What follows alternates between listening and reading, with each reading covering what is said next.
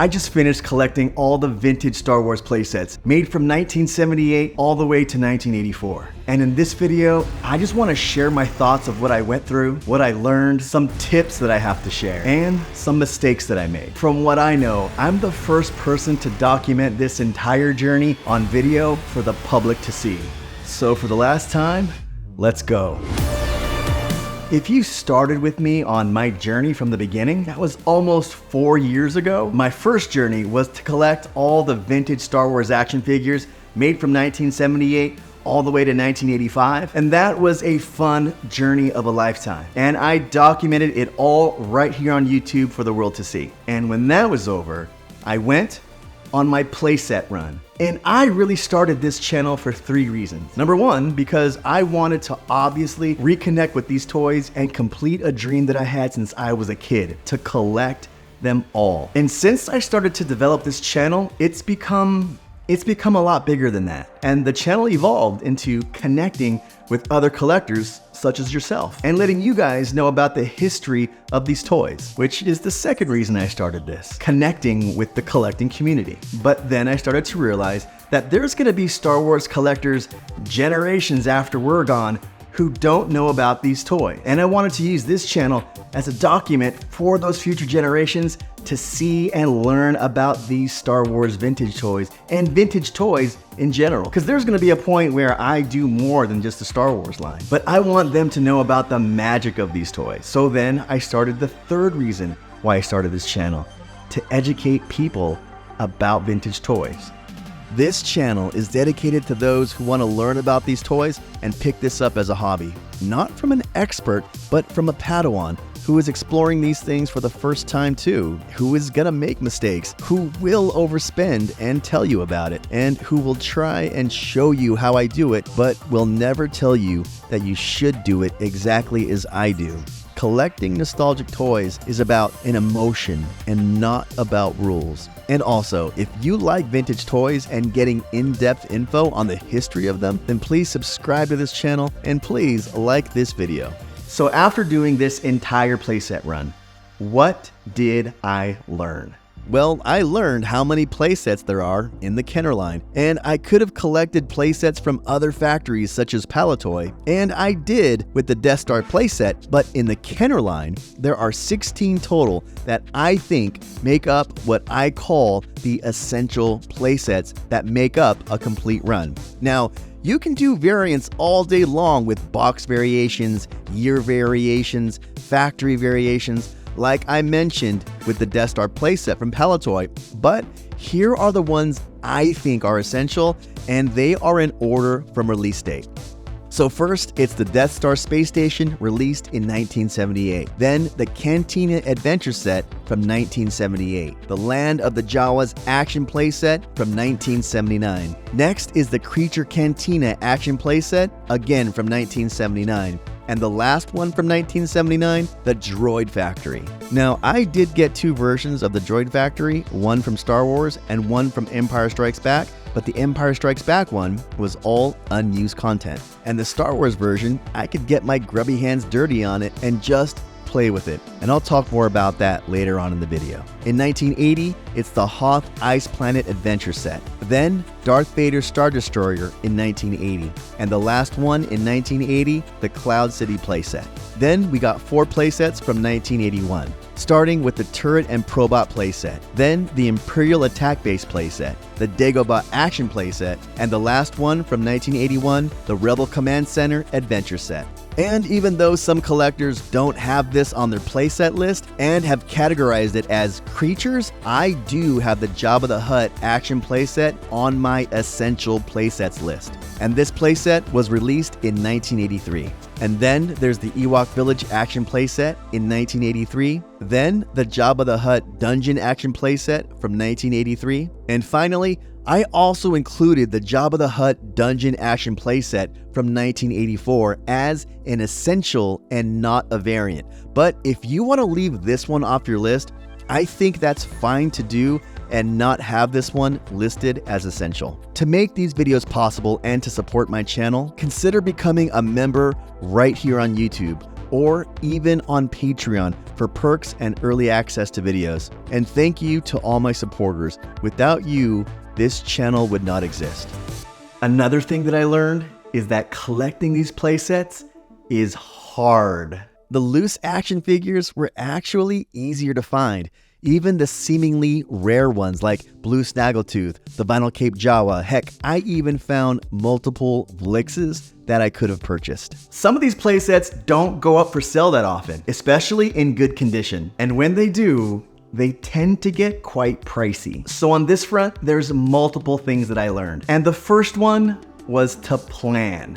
And if you are familiar with my collecting runs, I always start out with my collecting sheet first, and this run was no different, and I first placed all of the playsets that I thought were essential, so that number was 16. And then I researched what the average market price was for those, and I wrote those down. Now, the vintage action figure market is just like the stock market. It goes up and down. But since I knew I was gonna complete this run in, I was hoping 2 years, unless there was a worldwide market catastrophe, the numbers that I did research, they were gonna stay the same given about a 2 to 4% increase, maybe due to inflation. And I researched prices in 3 different ways. Number 1, how much they're being sold for at physical vintage toy shops. Number 2, what they're being sold for on auction sites like Hakes or eBay. And number 3, what they're being sold to from collector to collector, meaning there's no middleman. And most of those that I dealt with were on Facebook. And I usually start my searches on the Facebook groups. And here's why. Those are usually the most realistic prices that you're gonna find for these playsets. Not the lowest, but just the most realistic. Now, there are some anomalies where you go to a garage sale and you find something for 10 bucks. Yeah, that's few and far between. I'm talking about the real collector market value. And after you find out the prices on Facebook, you can usually add 20 to 40% to sites like Hakes and eBay because you get upcharges on those. Yeah, there's a premium price that you're gonna pay for that service. So that's why I say it's usually 20 to 40% more for auction sites. And the prices are also about 20 to 25% higher at brick and mortar stores because they have to physically shelve them and keep them on inventory and try to make a profit. So that's how I come up with my price averages on what the market is today. There are tools that I used, such as the Star Wars Tracker, which takes data from Hakes and eBay sales and places them in easy to read layouts. Another thing that I learned was how to research for these and what to look for when buying these playsets. Buying playsets, honestly, is a completely different animal than collecting action figures, either loose or mint on card. Yes, you still have to make sure you account for condition, but you also have to know all of the accessories, the working condition of all the parts, all the paperwork like catalogs and instructions that was included, even down to the rebate and warning sheets that came with it. What cardboard inserts and what parts came in what style baggies and what adhesive or binding agents did those bags use? And if they came with action figures, how did those action figures come packaged? And there's gonna be several sites and books that I use for research. One book is from Jean-Francois Roland titled Star Wars 1978 to 1985 Kenner Toyline. The other is the Star Wars Collectors Archive online database, and I also used forums on Rebel Scum's website as references. For those links, I've written blogs about those, which you can find on my website at thepadawancollector.com. And in researching all of these fantastic toys, I did get into the rich history of every one of them. And if you watch my episodes where I collect a playset, I always uncover some interesting facts about every single toy. But here are some tips on what I suggest that you do before you go on your vintage playset run. Number 1, define your journey. Do you want to collect these playsets loose, in box, and in what condition? Defining some basic rules, that's going to help you stay focused. Number 2, stay organized. Make a collecting checklist or sheet. You can even buy the ones that I use on thepadawancollector.com. I even use this sheet to place tracking numbers when I buy things and sellers info in case I have to contact them. I also list key info like prices, either what I expect to pay after I research or what I did pay. And keeping that info is good for both your purposes, your budgets, and your insurance purposes. We'll talk more about that later. Number 3, this leads us to budget. And I said in the beginning to define your journey. Well, that ties in with budget. How much realistically can you spend on this entire playset run? Some people treat collecting as an investment, and that's fair. So to be able to budget what you expect to pay and what you actually did pay does help you with documenting insurance claims and getting policies, but you don't want to go broke doing this hobby. So make sure you plan and follow a budget on this journey. Number 4, join collecting communities. Start with Facebook groups, and there are so many different groups with different rules and standards, so try them all and then whittle them down based on what your collecting preferences are. I would also join clubs in your local area or even go to collecting conventions. That is a great place to meet other collectors and buy items that are harder to get online or in stores. And now for my final thoughts about this entire playset run. These playsets remind me of home back in the early 80s. I mean, take a moment and close your eyes and remember your childhood home. The day you opened your first playset for Christmas or your birthday. Every time I see these toys, I go back home. When I close my eyes, I can see the people that used to walk those halls and live in those rooms. And even though they're gone, I can still hear the voices that used to talk over the family dinner table and laugh in the living room, at the parties, at watching our favorite TV shows, being in your room and laying your action figures on the carpet and setting up your playsets. I know you can never go back to that time, to that home ever again. But with these toys, I can. The most enjoyment that I got on this run was getting to touch and feel the playsets that I know had been well played with. You can just tell that some kid in the late 70s and early 80s loved this toy and played with it. And for that time that this kid had it, they were in heaven. Do not get me wrong. The unused sets that I got on this run were amazing, and I love collecting those to be able to preserve and show people what those sets were like in their original condition.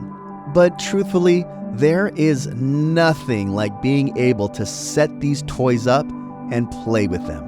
I love doing runs like this because at the end, you're almost an expert on how these toys are, how they function, and the complete history of them. Now, I'm not saying that I'm an expert. I still think of myself as a Padawan, but with as much research as I put myself through on this run, I really got a big appreciation for what these toys are and what they mean for the history of pop culture and the moments from when these toys were made and the marketing machine that was Star Wars. And I do have my favorite playsets and my not so favorite playsets, and I'm gonna do a whole video where I rank those. But having done 2 of these runs now, the first one being my loose action figures and my latest one being all of those playsets, I can honestly say that this is the most fun and entertaining hobby that I have ever been a part of.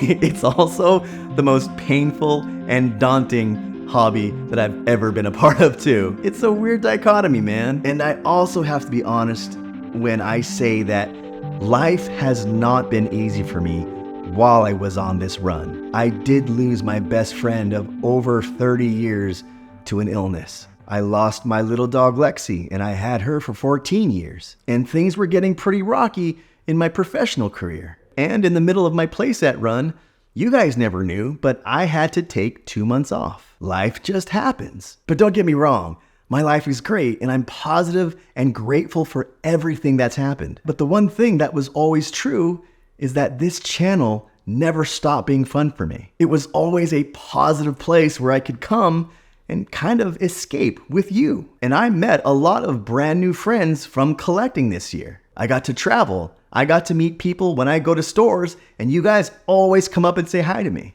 even in airports, which is cool. And I love that this is a positive place where I can come and also be creative, and I can share these videos and get better and better on how I tell stories. So what is next for this channel and for my journey. What line am I gonna collect next? Well, I can tell you right now, it's gonna be vintage Star Wars. I will let you know when I'm gonna do another line like He-Man, G.I. Joe, Voltron. I will let you guys know. But I am gonna take a little break. So I may miss a week or two, but then I'm gonna come back and I'm gonna do a series I have wanted to do for a long time. The Vintage Star Wars Top Series. And I'm gonna go over every set, the history of Topps and Star Wars, and take you through a journey so that way you understand those vintage cards. That is gonna be a treat for me to make. Then I'm gonna do a short series on the Star Wars creature toys, and I will always do videos about action figures in between. But my next big run, and I'm already doing all the research and budgeting for it, and it's probably gonna be my biggest run ever. My next run is gonna be all of the vehicles and ships, and I'm gonna try to get the majority of them in as pristine condition as possible. Maybe not mint and sealed box, although I would love to get some like that, but I am gonna try for unused content. That one is gonna be big. And my next video on this playset run is one that a majority of you have been asking for. How much did I spend on this entire run? That is a very good question. So to watch that video, click on your screen now. And as always, my friends, thank you, and I will see you next time.